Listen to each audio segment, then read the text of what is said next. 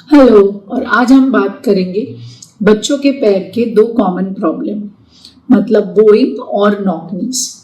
जब घुटने बाहर की तरफ बेंड हो जाते हैं, जिसे हम बोइंग कहते हैं या जेनु आरम, या घुटने जो अंदर की तरफ एक दूसरे को टकराते हैं, माने कि नॉक नीज या जेनु आलगम, ये दोनों भी प्रॉब्लम बच्चों में बहुत कॉमनली दिखाई देते हैं। और कॉमनेस्ट रीजन होता है विटामिन डी की कमतरता या डेफिशिएंसी। अब क्योंकि खाने में विटामिन डी हमें अच्छी मात्राओं में नहीं मिलता है, इसलिए ये डेफिशिएंसी बहुत कॉमन है और अक्सर बच्चों में ये दोनों प्रॉब्लम दिखाई देते हैं। और भी रीजंस होते हैं, लेकिन कॉमनेस्ट कॉज है विटामिन डी की डेफिशिएंसी। तो विटामिन डी की डेफिशिएंसी से क्या प्रॉब्लम हो सकता है? पहले तो पैर में दर्द होना, अक्सर पैर पकड़ के रात में रोना, या पैर में इस तरह का बेंड या नॉक नीज दिखाई देना, ये कॉमन सिम्टम्स हैं। और अगर डेफिशिएंसी ज़्यादा है तो ये प्रॉब्लम बहुत तेज़ी से बढ़ सकता है और डिफॉर्मिटीज ज़्यादा भी दिखाई दे सकती है। तो नॉर्मली जब बच्चे पैदा होते हैं, आपने नोटिस किया रहेगा कि उनके पैर हल्के बेंड रहते हैं, हल्के गोल। और ये जो हल्का बेंड होता है, ये नॉर्मली 2 साल तक सही हो जाना चाहिए। और पैदाइशी से लेके 1.5 साल तक हमने बच्चों को विटामिन डी ड्रॉप्स देना होता है, और उसके बाद हर साल एक विटामिन डी का कोर्स होता है जो करते रहना ज़रूरी है। और साथ ही में कैल्शियम के सप्लीमेंट्स लेना भी ज़रूरी है।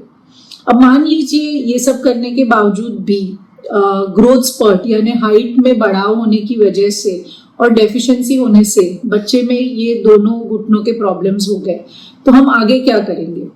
तो घबराने वाली बात नहीं है, क्योंकि कुछ एज तक, मानिए जैसे 9-10 इयर्स तक, हम दवाइयों से फिर भी ये प्रॉब्लम सही कर सकते हैं।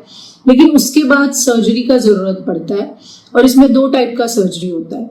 एक जो पहले ग्रोथ कंप्लीट होने से पहले किया जाए, जिसे ग्रोथ मॉड्यूलेशन कहते हैं, और दूसरा जो बच्चों के हड्डी का ग्रोथ कंप्लीट होने के बाद होता है, जिसे ऑस्टियोटमी कहते हैं।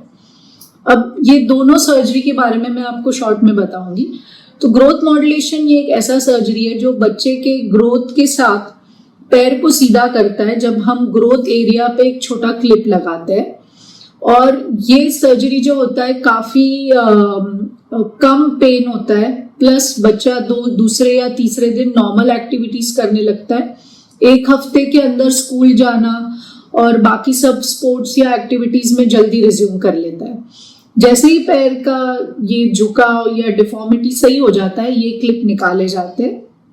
बल्कि जो ऑस्टियोटमी है, माने ग्रोथ कंप्लीट होने के बाद वाला सर्जरी, इसमें बोन को कट किया जाता है और साथ में एक बड़ा प्लेट लगाना पड़ता है, जो प्लेट और स्क्रू से हम इस बोन को, कट किए हुए बोन को होल्ड करके रखते हैं। इसमें थोड़ा रेस्ट का पीरियड लंबा होता है, प्लस ये सर्जरी सुपर मेजर सर्जरी हो जाता है, और एक साथ दोनों पैर को हम ऑपरेट नहीं कर सकते। रिकवरी टाइम लंबा होता है, स्कूल काफी समय तक मिस हो सकता है, और ये प्लेट भी 1 साल बाद निकालने पड़ते हैं। तो ये 2 टाइप के सर्जरी है, जो हम ग्रोथ कंप्लीट होने से पहले करें और एक जो हम ग्रोथ कंप्लीट होने के बाद करें। तो इम्पॉर्टेंट ये है कि हम जेनु आरम और जेनु आलगम, ये दोनों भी प्रॉब्लम कम उम्र में पिक करें। बच्चों को विटामिन डी और कैल्शियम का सप्लीमेंट्स हमेशा चालू रखें जब तक उनका ग्रोथ है। और अगर सप्लीमेंट्स लेने के बावजूद भी पैर में ये प्रॉब्लम आ जाते हैं, तो अर्ली एज में एड्रेस करना और छोटा सर्जरी जो कि ग्रोथ मॉड्यूलेशन, ये बच्चा, फैमिली सबके लिए बहुत आसान होता है ऑस्टियोटमी के करने के मुकाबले। आई होप आपको इस वीडियो से काफ़ी सवालों के जवाब मिले हो, और इनकेस और कोई भी सवाल है तो प्लीज़ कमेंट सेक्शन में आप टाइप कर सकते हैं या मुझे व्हाट्सएप कर सकते हैं। I am always happy to answer, and stay healthy and stay happy. Take care.